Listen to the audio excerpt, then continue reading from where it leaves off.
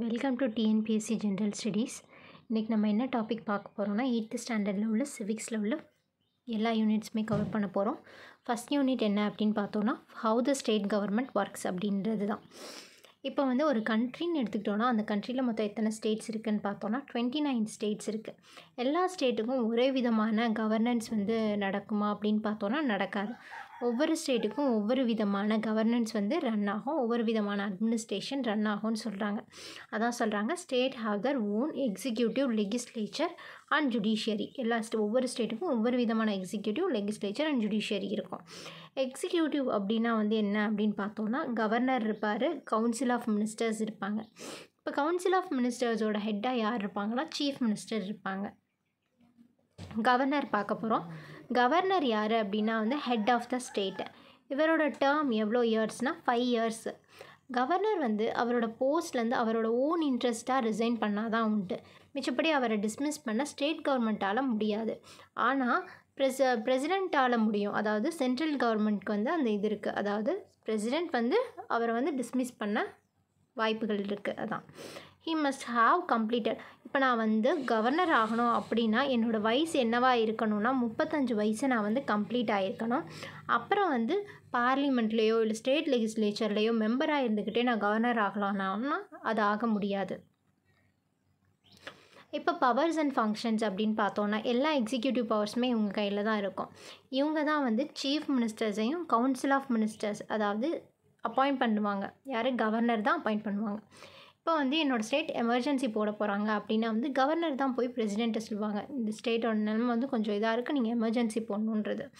அந்த ஸ்டேட் எமர்ஜென்சியை பற்றி எந்த ஆர்டிக்கலில் சொல்லியிருப்பாங்கன்னா ஆர்டிக்கல் 356 சொல்லியிருப்பாங்க. மணி பில்ஸ் அப்படின்னு சொல்கிறாங்க. மணி பில்ஸை வந்து ஸ்டேட் லெகிஸ்லேச்சரில் தான் இன்ட்ரடியூஸ் பண்ணுவாங்க. யாரோட அப்ரூவலோடனா அப்ரூவல் ஆஃப் கவர்னரோட அப்ரூவலோட தான். கவர்னர் வந்து இப்போ ஒரு லெகிஸ்லேட்டிவ் அசம்பிளி இருக்குன்னா லெகிஸ்லேட்டிவ் அசம்பிளியில் ஒரு மெம்பரை அவர் நாமினேட் பண்ணுவார். அந்த மெம்பர் யாருன்னா ஆங்கிலோ இந்தியன் கம்யூனிட்டியை சேர்ந்த ஒரு மெம்பர். கண்டிஜென்சி ஃபண்ட் அப்படின்னு ஒன்று வச்சுருப்பாங்க. இந்த ஃபண்டை வந்து கவர்னர் வந்து எடுத்துக்கலாம் அப்படின்ற ஒரு சொன்னால் தான் வந்து அதில் உள்ள ஃபண்டை வந்து நம்ம வந்து யூஸ் பண்ணிக்கவே முடியும் ஸ்டேட்டு. எப்படி contingency fund of the state அந்த ஃபண்டு என்னது அப்படின்னா அதில் கொஞ்சம் மணி வச்சுருப்பாங்க. அது எந்த டைமில் யூஸ் பண்ணுறதுக்காகனா நேச்சுரல் கெலாமிட்டி வந்துச்சு அப்படின்னா அந்த டைமில் யூஸ் பண்ணுறதுக்காக தான் இந்த ஃபண்டை தனியாக வச்சுருப்பாங்க. ஓகே, இப்போ வந்து கவர்னர் இருக்கார். கவர்னர் யாருன்னா சென்ட்ரல் கவர்மெண்ட்க்கும் ஸ்டேட் கவர்மெண்ட்க்கும் இன்டர்மீடியேட்டாக இருக்கிறவர் தான் வந்து கவர்னர் அப்படின்னு சொல்கிறாங்க. எந்த டைமில் வந்து அவர் வந்து ஓனாக டிசிஷன், ஒரு இண்டிபெண்ட் டிசிஷன் எடுப்பார். அதாவது அவருக்கு ஒரு டிஸ்க்ரிஷனரி பவர் இருக்குது. டிஸ்க்ரிஷனரி பவர் அப்படின்னா என்னென்னா இப்போ வந்து நம்ம ஸ்டேட்டில் வந்து மெஜாரிட்டி பார்ட்டி எதுவுமே வந்து ஃபார்ம் பண்ணலை அப்படின்னா வந்து கோலிஷன் கவர்மெண்ட் தான் நம்ம ஃபார்ம் பண்ணுவோம். அந்த கோலிஷன் கவர்மெண்ட் எந்த பார்ட்டியும் சேர்ந்து கோலிஷன் கவர்மெண்ட்டை வந்து ஃபார்ம் பண்ணலாம் அப்படின்ற சொல்கிறது தான் வந்து என்னென்னா சொல்கிறவர் தான் வந்து கவர்னர் வந்து சொல்லலாம். இப்போ சீஃப் மினிஸ்டர் அடுத்தது பார்க்க போகிறோம். சீஃப் மினிஸ்டர் யார் அப்பாயிண்ட் பண்ணுவாங்க நமக்கு தெரியும், கவர்னர் அப்பாயிண்ட் பண்ணுவார். அதாவது கவர்னர் சீஃப் மினிஸ்டர்னால் எப்படி அப்பாயிண்ட் பண்ணுவாங்க அப்படின்னா வந்து எந்த பார்ட்டி வந்து மெஜாரிட்டியாக வின் பண்ணுறாங்களோ அவங்களோட லீடரை தான் வந்து கவர்னர் வந்து சீஃப் மினிஸ்டராக அப்பாயிண்ட் பண்ணுவாங்க. சீஃப் மினிஸ்டர் தான் எதோட ஹெட்டுன்னு சொல்லியிருக்கோம், கவுன்சில் ஆஃப் மினிஸ்டர்ஸோட ஹெட்டுன்னு சொல்லியிருக்கோம். அப்புறம் வந்து சீஃப் மினிஸ்டருக்கு வந்து இந்த ஆஃபீஸில் இவ்வளோ நாள் இருக்கலாம், நோ ஃபிக்ஸ்டு டேர்ம் அப்படின்னு சொல்லியிருக்காங்க. இப்போ வந்து சீஃப் மினிஸ்டர் ரிசைன் பண்ணிக்கிட்டால் கவுன்சில் ஆஃப் மினிஸ்டர் மட்டும் செப்பரேட்டாக ரன் ஆகலாமான்னா முடியாது. சீஃப் மினிஸ்டர் ரிசைன் பண்ணிட்டாலே த ஹோல் கவுன்சில் ஆஃப் மினிஸ்டருமே ரிசைன் பண்ணதாக தான் அர்த்தம் அப்படின்னு சொல்கிறாங்க. சீஃப் மினிஸ்டர் வந்து ஸ்டேட் லெகிஸ்லேச்சரில் அட்லீஸ்ட் மெம்பராக இருக்கணும் அவர் சார்ஜ் எடுக்கும்போது. அப்படி இல்லை அப்படின்னா வந்து வித்தின் அ பீரியட் ஆஃப் 6 monthsக்குள்ளே அவர் வந்து மெம்பராக ஆகிக்கணும், ஸ்டேட் லெகிஸ்லேச்சரில் ஒரு மெம்பராக. சீஃப் மினிஸ்டரோட பவர்ஸ் அண்ட் ஃபங்க்ஷன்ஸ் என்ன அப்படின்னு பார்த்தோன்னா அதாவது அட்மினிஸ்ட்ரேஷன், ஸ்டேட்டோட அட்மினிஸ்ட்ரேட்டர் யாருன்னா சீஃப் மினிஸ்டர். ரோல் என்ன, அதாவது இம்பார்ட்டன்ட் ரோல் என்ன அப்படின்னா வந்து கவுன்சில் ஆஃப் மினிஸ்டர்ஸை வந்து ஃபார்ம் பண்ணுறது, அவங்களுக்கு அட்வைசஸ் கொடுக்குறது, அவங்கள சூப்பர்வைஸ் பண்ணுறது, அவங்களுக்கு எந்த விதமான மினிஸ்ட்ரிஸு நீ ஹெல்த் மினிஸ்ட்ரி இது பண்ண அப்படின்னு சொல்லி ஒவ்வொரு மினிஸ்டர்ஸ் இது பண்ணுறது, நீங்கள் ஹெல்த்து ஒவ்வொரு டிபார்ட்மெண்ட்டுக்கு இவங்க மினிஸ்ட்ரி அப்படின்னு சொல்கிறாங்க. அது மாதிரி பண்ணுறது தான் வந்து சீஃப் மினிஸ்டரோட வேலை. இவரோட பாலிசி மேக்கிங்கில் வந்து இவரோட இது தான் வந்து ஃபைனல் வாய்ஸு. லெகிஸ்லேச்சர், இப்போ ஸ்டேட் லெகிஸ்லேச்சர் அப்படின்னு எடுத்துக்கிட்டோன்னா கவர்னர் இருப்பாங்க, 1 அல்லது 2 ஹவுசஸ் இருக்கும். அப்பர் ஹவுசஸை வந்து நம்ம என்னன்னு சொல்லுவோம்னா லெகிஸ்லேட்டிவ் கவுன்சில்னு சொல்லுவோம். லோயர் ஹவுஸை என்னன்னு சொல்லுவோம்னா லெகிஸ்லேட்டிவ் அசம்பிளி அப்படின்னு சொல்லுவோம். ஓகே, இப்போ லெகிஸ்லேட்டிவ் கவுன்சில் அப்படின்னா என்னென்னு பார்த்துடலாம். ஸ்ட்ரென்த்து வந்து எப்படி இருக்கணும் இப்போ லெகிஸ்லேட்டிவ் கவுன்சில்னால் ஸ்ட்ரென்த்து அதில் உள்ள மெம்பர்ஸ் எவ்வளோ பேர் இருக்கணும்னா லெஸ் தென் 40ஆகவும் இருக்கக்கூடாது, மோர் தென் 1/3, அதாவது லெகிஸ்லேட்டிவ் அசம்பிளியை விட மோர் தென் 1/3 இருக்கக்கூடாது. லெகிஸ்லேட்டிவ் கவுன்சில்ஸ் வந்து மெம்பர்ஸை வந்து இன்டைரக்டாக தான் வந்து எலெக்ட் பண்ணுவாங்க. இதில் வந்து 1/3 வந்து லெகிஸ்லேட்டிவ் அசம்பிளியும் எலெக்ட் பண்ணுவாங்க. ஓகேவா, எலெக்டட் பை அப்புறம் local government bodies, graduates, teachers of secondary schools, colleges, அப்புறம் 1/6 வந்து கவர்னர் ஆஃப் த ஸ்டேட், இவங்க எல்லாம் நாமினேட் பண்ணுவாங்க. இந்த லெகிஸ்லேட்டிவ் கவுன்சில்ன்றது நம்ம தமிழ்நாட்டில் இருக்கா அப்படின்னு பார்த்தோன்னா லெகிஸ்லேட்டிவ் கவுன்சில் நம்ம இதில் ஃபாலோ பண்ணுறது கிடையாது. லெகிஸ்லேட்டிவ் கவுன்சிலை தான் வந்து பெர்மனெண்ட் ஹவுஸ்ன்னு சொல்கிறாங்க. 1/3 மெம்பர்ஸ் வந்து எவ்ரி 2 இயர்ஸ்க்கும் வந்து ரிட்டையர் ஆகிட்டே இருப்பாங்க. இந்த பெர்மனெண்ட் ஹவுஸோட டேர்ம் வந்து 6 இயர்ஸ். நான் வந்து இதில் ஒரு மெம்பர் ஆகணும்னா என் ஏஜ் என்னவாக இருக்கணும்னா 30 வயசு இருக்கணும். He cannot be the member of பார்லிமெண்ட்லேயோ லெகிஸ்லேட்டிவ் அசம்பிளிலேயோ மெம்பராக இருக்கக்கூடாது அவர். இப்போ அசம்பிளி பார்க்கலாம். லெகிஸ்லேட்டிவ் அசம்பிளின்னா நமக்கு தெரியும், நிறையா நம்ம ஸ்டேட்டில் ரன் ஆகிறது வந்து லெகிஸ்லேட்டிவ் அசம்பிளி இருக்குது. எல்லா எம்எல்ஏஸும் சேர்ந்து ஒரு லா மேக் பண்ணுறது, அது மாதிரி ஒர்க் ஆகிறது தான் லெகிஸ்லேட்டிவ் அசம்பிளி நமக்கு தெரியும். எம்எல்ஏன்னா நிறையா தொகுதி இருக்குது. அந்த தொகுதியிலேருந்து ஒவ்வொரு எம்எல்ஏவை வந்து சூஸ் பண்ணுவோம். இந்த என்டையர் ஸ்டேட் இஸ் டிவைடட், அதாவது ஒரு ஸ்டேட் இருக்குன்னா அந்த ஸ்டேட்டு வந்து இப்போ வந்து நம்மளது வந்து 234 தொகுதிகளாக வந்து பிரிஞ்சிருக்கு. ஓகேவா, எம்எல்ஏ செலெக்ஷனுக்காக. இப்போ வந்து ஒரு ஒரு ஒரு கான்ஸ்டிடியூன்சினா எவ்வளோ இருக்கும் அப்படின்னா வந்து 1,00,000 பீப்புள் இருப்பாங்க, அல்லது ஈவன் மோர் பீப்புள்ஸ் இருப்பாங்க. அவங்களுக்கு எல்லாம் தான் ஒரு எம்எல்ஏ அது மாதிரி செலக்ட் பண்ணுவாங்க. அடுத்தது பார்த்தோன்னா எலெக்ஷன் டு த அசம்பிளி. இப்போ வந்து அசம்பிளியோட எலெக்ஷன் எப்படி நடக்கும்னா வந்து லெகிஸ்லேட்டிவ் அசம்பிளியோட மெம்பர்ஸ் எவ்வளோ இருக்கணும்னா 500 விட அதிகமாகவும் இருக்கக்கூடாது, லெஸ் தென் 70ஆகவும் இருக்கக்கூடாது. கவர்னர் வந்து யாரை நாமினேட் பண்ணுவாங்க, நம்ம ஃபஸ்ட்டே பார்த்தோம். கவர்னர் வந்து ஒரு ஆங்கிலோ இந்தியன் கம்யூனிட்டி மெம்பரை வந்து அசம்பிளியில் வந்து நாமினேட் பண்ணுவார்னு. டெனூர் எவ்வளோ அப்படின்னா வந்து 5 இயர்ஸ். கேண்டிடேட் அப்படின்னா வந்து யாருன்னா எலெக்ஷனுக்கு ஒவ்வொரு கேண்டிடேட் நம்மளோட தொகுதியில் ஒவ்வொரு ஆள் நிற்பாங்க. எங்களுக்கு ஓட்டு போடுங்கன்னு பீப்புள்ஸ்கிட்ட கேட்பாங்க. அவங்கள தான் கேண்டிடேட் அப்படின்னு சொல்கிறாங்க. 1 person can stand for. Okay, இப்போ நான் வந்து இந்த ஒரு தொகுதியில் நிற்கிறேன், நான் இன்னொரு தொகுதியில் நிற்கலாமா அப்படின்னு கேட்டால் நிற்கலாம். ஒரு தொகுதி மோர் தென் 1 கான்ஸ்டிடியூவன்சியில் வந்து எலெக்ஷனுக்கு வந்து பர்சன்ஸ் வந்து நிற்கலாம் அப்படின்னு சொல்கிறாங்க. ஸ்டேட் கவுன்சில் ஆஃப் மினிஸ்டர் நான் சொன்னேன், மொத்தம் 234 தொகுதி இருக்குது தமிழ்நாட்டில். இதில் 118 தொகுதி யார் வந்து மெஜாரிட்டி பார்ட்டியை வின் பண்ணுறாங்களோ அவங்க தான் வந்து கவர்மெண்ட் ஃபார்ம் பண்ணுவாங்க. யார் வந்து கூப்பிட்டு வந்து சிஎம் பொறுப்பை கொடுப்பாங்கன்னா கவர்னர் கொடுப்பாரு. சீஃப் மினிஸ்டர் வந்து அவங்களோட மினிஸ்டர்ஸ் எல்லாத்தையும் அவர் தான் சூஸ் பண்ணுவார் அப்படின்றதையும் சொன்னேன். Working of the state government எப்படி ரன் ஆகுது அப்படின்னு பார்த்தோன்னா அது வந்து லா மேக் பண்ணுவாங்க. அப்புறம் வந்து ஸ்டேட்டில் எந்தெந்த இதுக்கு வந்து அவங்க லா மேக் பண்ணலான்னா ஸ்டேட் லிஸ்ட், கான்கரண்ட் லிஸ்ட்னால் both state and centre can make law. State emergency டைமில் வந்து இந்த லெகிஸ்லேட்டிவ் பவர் வந்து பண்ண முடியாது, லாலாம் மேக் பண்ண முடியாது, லெகிஸ்லேட்டிவ் பவர் ஒர்க் ஆகாது ஸ்டேட் எமர்ஜென்சி டைமில். அதாவது மணி பில் வந்து நமக்கு தெரியும் எங்கே இன்ட்ரடியூஸ் பண்ணுவாங்கன்னு முதல்ல அதுவும் பார்த்தோம். லெகிஸ்லேட்டிவ் அசம்பிளியில் தான் மணி பில் வந்து இது பண்ணுவாங்க. அப்ரூவல் ஆஃப் கவர்னரோட அப்ரூவல் இருந்தால் தான் அது வந்து ஒரு இதாக மாறும்னு சொன்னேன். கவர்மெண்ட் கேனாட் இம்போஸ் இன்க்ரீஸ் அதாவது கவர்மெண்ட் மட்டுமே, அதாவது இந்த லெகிஸ்லேட்டிவ் அசம்பிளியோட அப்ரூவல் இல்லாமல் டேக்ஸு இன்க்ரீஸ் பண்ணுறது, லோயர் பண்ணுறது அது மாதிரி பண்ணலாமான்னா பண்ண மாட்டாங்க. இவங்களோட அப்ரூவலோட தான் பண்ண முடியும். அசம்பிளி அப்படின்றது டேக் பார்ட் இன் எலெக்ஷனும், அதாவது லெகிஸ்லேட்டிவ் அசம்பிளியோட மெம்பர்ஸ் இதில் முதலே சொன்னோம், ராஜ்யசபா மெம்பர்ஸில் அதுலேயும் வந்து எலெக்ஷனில் வந்து லெகிஸ்லேட்டிவ் அசம்பிளி வந்து ஒரு முக்கியமான பங்கு இருக்குது அப்படின்னு சொன்னேன். 1/3 மெம்பர்ஸை செலக்ட் பண்ணுவாங்க. அப்புறம் வந்து பிரசிடெண்ட்டை செலக்ட் பண்ணுறதுலையும் லெகிஸ்லேட்டிவ் அசம்பிளி வந்து இருக்காங்க.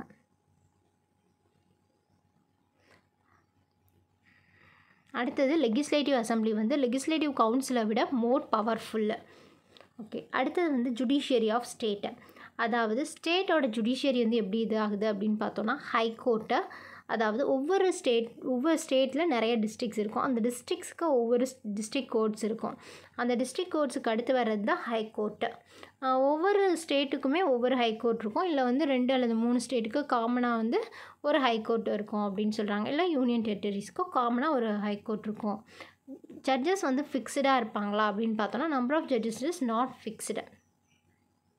ஓகே, இப்போ நான் சீஃப் ஜஸ்டிஸ் ஆகணுன்னா என்னோடய குவாலிஃபிகேஷன் என்னவாக இருக்கணும்னா ஃபஸ்ட்டு சிட்டிசன் ஆஃப் இந்தியாவாக இருக்கணும். அப்புறம் வந்து 10 years எக்ஸ்பீரியன்ஸ் வந்து எனக்கு இருக்கணும். எதில் இருக்கணும்னா judicial as a head of judicial office in டெரிட்டரியில் வந்து ஒர்க் பண்ணிட்டு இருக்கணும். 10 years எக்ஸ்பீரியன்ஸ் வந்து அட்வொகேட்டாக இருந்திருக்கணும், ஒன்று அல்லது சில ஹை கோர்ட்ஸில். எத்தனை வயசு வரைக்கும் நான் வந்து சீஃப் ஜஸ்டிஸாக இருக்கலாம்னா 62 years வரைக்கும் தான். அதுக்கப்புறம் ரிட்டையர் ஆயிடுவோம். ஹை கோர்ட்டில் விரிட்ஸ் கொடுப்பாங்க. ஹெபியஸ் கார்பஸ், மண்டமஸ், ப்ரொஹிபிஷன், செரிட்டோரியா, கோ வாரண்டோ அப்படின்னு 5 types ஆஃப் விரிட்ஸ் ஹை கோர்ட்டில் இருக்கும். ஓகே, அதோட வந்து ஃபஸ்ட் யூனிட் முடியுது. சிட்டிசன் அண்ட் சிட்டிசன்ஷிப் அப்படின்றது வந்து செகண்ட் யூனிட். சிவிக்ஸ் அப்படின்னா என்ன? கவர்மெண்ட்டை பற்றி படிக்கிறது தான் சிவிக்ஸ் அப்படின்றது. இந்த சிட்டிசன்ற வேர்டு வந்து லாட்டின் வேர்ட் சிவிஸ் அப்படின்ற வேர்ட்லேருந்து தான் வந்திருக்கு. சிட்டிசன்றது அதுக்கு மீனிங் வந்து ரெசிடென்ட் ஆஃப் அ சிட்டி ஸ்டேட்டில் இருக்கிற இடம், resident of a city state in ancient Rome. Okay, சிட்டிசன்னா யார்? சிட்டிசன்னா அந்த கண்ட்ரியில் பிறந்து அங்கே உள்ள லீகல் ரைட்ஸ் எல்லாத்தையும் என்ஜாய் பண்ணுற பர்சன் தான் சிட்டிசன் அப்படின்னு சொல்கிறாங்க. சிட்டிசன்ஷிப்னா அங்கே பிறந்த சிட்டிசன்ஸ்க்கு ஒரு ஸ்டேட்டஸ் கொடுக்கறது தான் ஒரு சிட்டிசன்ஷிப் அப்படின்றது. டைப்ஸ் ஆஃப் சிட்டிசன்ஸ் அப்படின்னு பார்த்தோன்னா நேச்சுரல் சிட்டிசன், நேச்சுரலைஸ்டு சிட்டிசன், அங்கேயே பிறந்து வாங்குறது, நேச்சுரலைஸ்ட் ஃபாரினர்ஸ் வாங்குறது. இந்தியன் சிட்டிசன்ஷிப் ஆக்ட் 1955 வருது. இந்த ஆக்டில் என்ன சொல்லியிருப்பாங்கன்னா எப்படிலாம் வந்து நான் வந்து சிட்டிசன்ஷிப்பை பெறலாம், எப்படிலாம் பண்ணால் இந்த சிட்டிசன்ஷிப் போயிடும் அப்படின்றத பற்றியும் சொல்லியிருப்பாங்க. ஃபஸ்ட்டு அக்யூசியேஷன் ஆஃப் சிட்டிசன்ஷிப் பார்க்கலாம். ஃபஸ்ட்டு எப்படி வாங்கலாம் அப்படின்னா பை பர்த். நான் வந்து பிறந்ததுலேருந்தே வந்து இங்கே தான் இருக்கேன் அப்படின்னா நான் ஒரு சிட்டிசன்ஷிப். பை டெசன்ட் என்னோடய முன்னோர்கள் மூலியமாக. பை ரிஜிஸ்ட்ரேஷன் நேச்சுரலைசேஷன் நமக்கு தெரியும், ஃபாரினர்ஸ் வந்து வாங்குறது. இன்கார்பரேஷன் ஆஃப் டெரிட்டரி, அதாவது என்னோட ஒரு பிளேஸில் வந்து இன்னும் கொஞ்சம் இதை வந்து சேர்க்குறாங்க. அதாவது கண்ட்ரி இருக்குது, நம்ம கண்ட்ரியோட இன்னும் கொஞ்சம் பிளேஸை வந்து நம்மளோட கண்ட்ரியில் சேர்க்குறாங்க அப்படின்னா அங்கே உள்ள பீப்புள்ஸும் அப்போ இந்தியன் சிட்டிசன்ஷிப்பாக ஆகுவாங்க. எப்படி பண்ணோன்னா சிட்டிசன்ஷிப் வந்து லாஸ் ஆகும் அப்படின்னா ரெனூன்சியேஷன், அதாவது நானே வாலண்டியராக போய் எனக்கு இந்த சிட்டிசன்ஷிப் வேணாம் அப்படின்னு சொல்கிறதுனால அது வந்து நமக்கு வந்து நம்ம சிட்டிசன்ஷிப்பை வந்து இழக்கலாம். அப்புறம் வந்து டெர்மினேஷன், இப்போ வந்து நான் வேறு ஒரு கண்ட்ரிக்கு போய் நான் அங்கே ஒரு சிட்டிசன்ஷிப் கார்டை வாங்கிட்டேன், யூஎஸ்க்கு போய் யூஎஸ் சிட்டிசன் ஆகிட்டேன் அப்படின்னா நான் இந்தியன் சிட்டிசனாக இருக்க முடியாது, ஆட்டோமேட்டிக்காக அது கேன்சல் ஆயிரும். டெப்ரிவேஷன் அப்படின்னு சொல்கிறாங்க. ஃபால்ஸாக வந்து ரெடி பண்ணி இப்படி வாங்குறதுனால சிட்டிசன்ஷிப் போகும் அப்படின்னு சொல்கிறாங்க. அது மட்டும் இல்லாமல் 2 வருஷம் ப்ரிசன்லையும் போட்டுருவாங்க. நேஷ்னாலிட்டி அண்ட் சிட்டிசன்ஷிப்னு சொல்கிறாங்க. நேஷ்னாலிட்டி அப்படின்றது நம்மளால் மாற்ற முடியாதது, நம்மளோட ரேஷியல் கான்செப்ட் அண்ட் நம்மளோட கல்ச்சர் எத்னிக் அப்படின்னு சொல்கிறாங்க. இதை வந்து மாற்றவே முடியாது. சிட்டிசன்ஷிப் அப்படின்றத மாற்றிக்கலாம். நான் யூஎஸ் போயிட்டேன், அங்கே போய் நான் ஒரு சிட்டிசன்ஷிப் வாங்கிட்டேன், இல்லை வேறு ஒரு கண்ட்ரிக்கு போயிட்டேன், அங்கே போய் ஒரு சிட்டிசன்ஷிப் வாங்கிட்டேன் அப்படின்னா நான் அந்த நாட்டோட சிட்டிசனாக மாறிடுவேன். நேஷ்னாலிட்டி சேஞ்ச் பண்ண முடியாது, சிட்டிசன்ஷிப்பை சேஞ்ச் பண்ணிக்கலாம். ஓகே, இந்தியா அப்படின்னு எடுத்துக்கிட்டோன்னா அது ஒரு சிங்கிள் சிட்டிசன்ஷிப் தான். நம்ம கண்ட்ரியோட ஃபஸ்ட்டு சிட்டிசன் யார்? பிரசிடெண்ட்டு. நான் ரெசிடெண்ட் இந்தியா, என்ஆர்ஐ, அதாவது இந்தியன் பாஸ்போர்ட்ஸ் தான் வச்சுருப்பாங்க, ஆனால் வேறு கண்ட்ரீஸில் ஒர்க் பண்ணுறவங்க தான் வந்து என்ஆர்ஐ. அவங்களுக்குன்னு சில ஸ்கீம்ஸ் எல்லாம் ப்ரொவைட் பண்ணியிருப்பாங்க. Person on Indian origin, BIO அப்படின்னு சொல்லுவாங்க. இப்போ பார்த்தோன்னா அது ஒரு பர்சன் இருக்காங்கன்னா அந்த பர்சன் வந்து வேறு ஒரு கண்ட்ரியில் சிட்டிசனாக இருப்பாங்க. இப்போ யூஎஸோட சிட்டிசனாக இருக்கலாம் அந்த பர்சன், ஆனால் அவங்களோட ஆன்செஸ்டர்ஸ், அவங்களோட மூதாதையர்கள் என்னவாக இருப்பாங்க அப்படின்னு பார்த்தோன்னா இந்தியாவோட சிட்டிசன்ஸாக இருப்பாங்க. அதை தான் வந்து பர்சன் ஆன் இந்தியன் ஆரிஜின் அப்படின்னு சொல்லுவாங்க. Overseas citizen of Indian card holder அப்படின்னு சொல்கிறாங்க. அதாவது OCI card holders. OCI card ஹோல்டர்ஸ்னால் யாருன்னா ஃபாரின்லேருந்து இங்கே வந்து ஒர்க் பண்ணுவாங்க. இவங்க வந்து யார் அப்படின்னா வந்து இங்கே வந்து ஒர்க் பண்ணுவாங்க, ஆனால் அவங்களுக்கு ஓட்டிங் ரைட்ஸ்லாம் இருக்கான்னு பார்த்தோன்னா ஓட்டிங் ரைட்ஸ் இருக்காது. இவங்க வந்து யாராக இருக்கக்கூடாது அப்படின்னு பார்த்தோன்னா பாகிஸ்தானில் இருக்க பீப்புளாக இருக்கக்கூடாது, பங்களாதேஷில் உள்ள பீப்புள்ஸாக இருக்கக்கூடாது. அடுத்தது ஏலியன் அண்ட் மைக்ரேஷன், அதாவது நான் நேஷ்னல்ஸ் ஆஃப் அ கண்ட்ரி, அவங்கள தான் ஏலியன் அண்ட் மைக்ரன்ட்னு சொல்கிறாங்க. அதாவது ஏலியன்னா நான் சிட்டிசன். எக்ஸாம்பிளுக்கு என்ன சொல்கிறாங்கன்னா, ஃபாரின் ஸ்டூடெண்ட்ஸ் யாரோ நம்மளோட இதுக்கு வந்து படிக்க வராங்க அப்படின்னா வந்து அவங்கள ஏலியன்னு சொல்லுவோம். யாரோ ஒரு டூரிஸ்ட் வந்து நம்ம ஊரை சுற்றி பார்க்குறதுக்காக வராங்க அப்படின்னா, நம்ம கண்ட்ரியை சுற்றி பார்க்குறதுக்காக வராங்கன்னா அவங்களையும் ஏலியன் தான் சொல்லுவோம். இமிக்ரண்ட்ஸ் அப்படின்னா என்னென்னா, இங்கே ஒர்க் பண்ணிக்கலாம் அப்படின்லாம் அதாவது பெர்மிஷன் கொடுத்துருப்பாங்க, வித்தவுட் ரெஸ்ட்ரிக்ஷன். இந்த இது மாதிரிலாம் பண்ணக்கூடாது அப்படிலாம் இல்லாமல் அவங்களுக்கு வந்து இங்கே ஒர்க் பண்ணுறதுக்கான ஒரு கிராண்டட் பெர்மிஷன் இருக்கும். அவங்கள தான் இமிக்ரண்ட்னு சொல்லுவாங்க. அதாவது யாருன்னா ஓசிஐ கார்டு ஹோல்டர்ஸும் இமிக்ரண்ட்ஸ் தான். ஓகே, இப்போ ஓவர்சீஸ் இந்தியன்ஸ் டே அப்படின்னு சொல்கிறாங்க. அதாவது பராவஷி பாரதிய திவாஸ் டே அப்படின்னு சொல்லுவாங்க. இதை வந்து யார் வந்து ஸ்பான்சர் பண்ணியிருப்பாங்கன்னா, ministry of external affairs of government தான் இது பண்ணியிருப்பாங்க. இதோட இது எதனால் இந்த டே வந்து நமக்கு கொண்டாடுறோம் அப்படின்னு பார்த்தோன்னா, காந்தி வந்து சவுத் ஆஃப்ரிக்காலேருந்து வந்திருப்பார் இந்தியாவுக்கு. அந்த டேவை தான் நம்ம என்னென்னு செலிப்ரேட் பண்ணுறோன்னா, ஓவர்சீஸ் இந்தியன்ஸ் டே அப்படின்னு செலிப்ரேட் பண்ணுவோம். ஓகே, அடுத்தது இதோட நம்மளோட லெசன்ஸ் வந்து எல்லாம் முடியுது. இந்த வீடியோ உங்களுக்கு பிடிச்சிருந்துச்சுன்னா லைக் பண்ணுங்கள், ஷேர் பண்ணுங்கள் அண்ட் கமெண்ட் பண்ணுங்கள். தேங்க்யூ.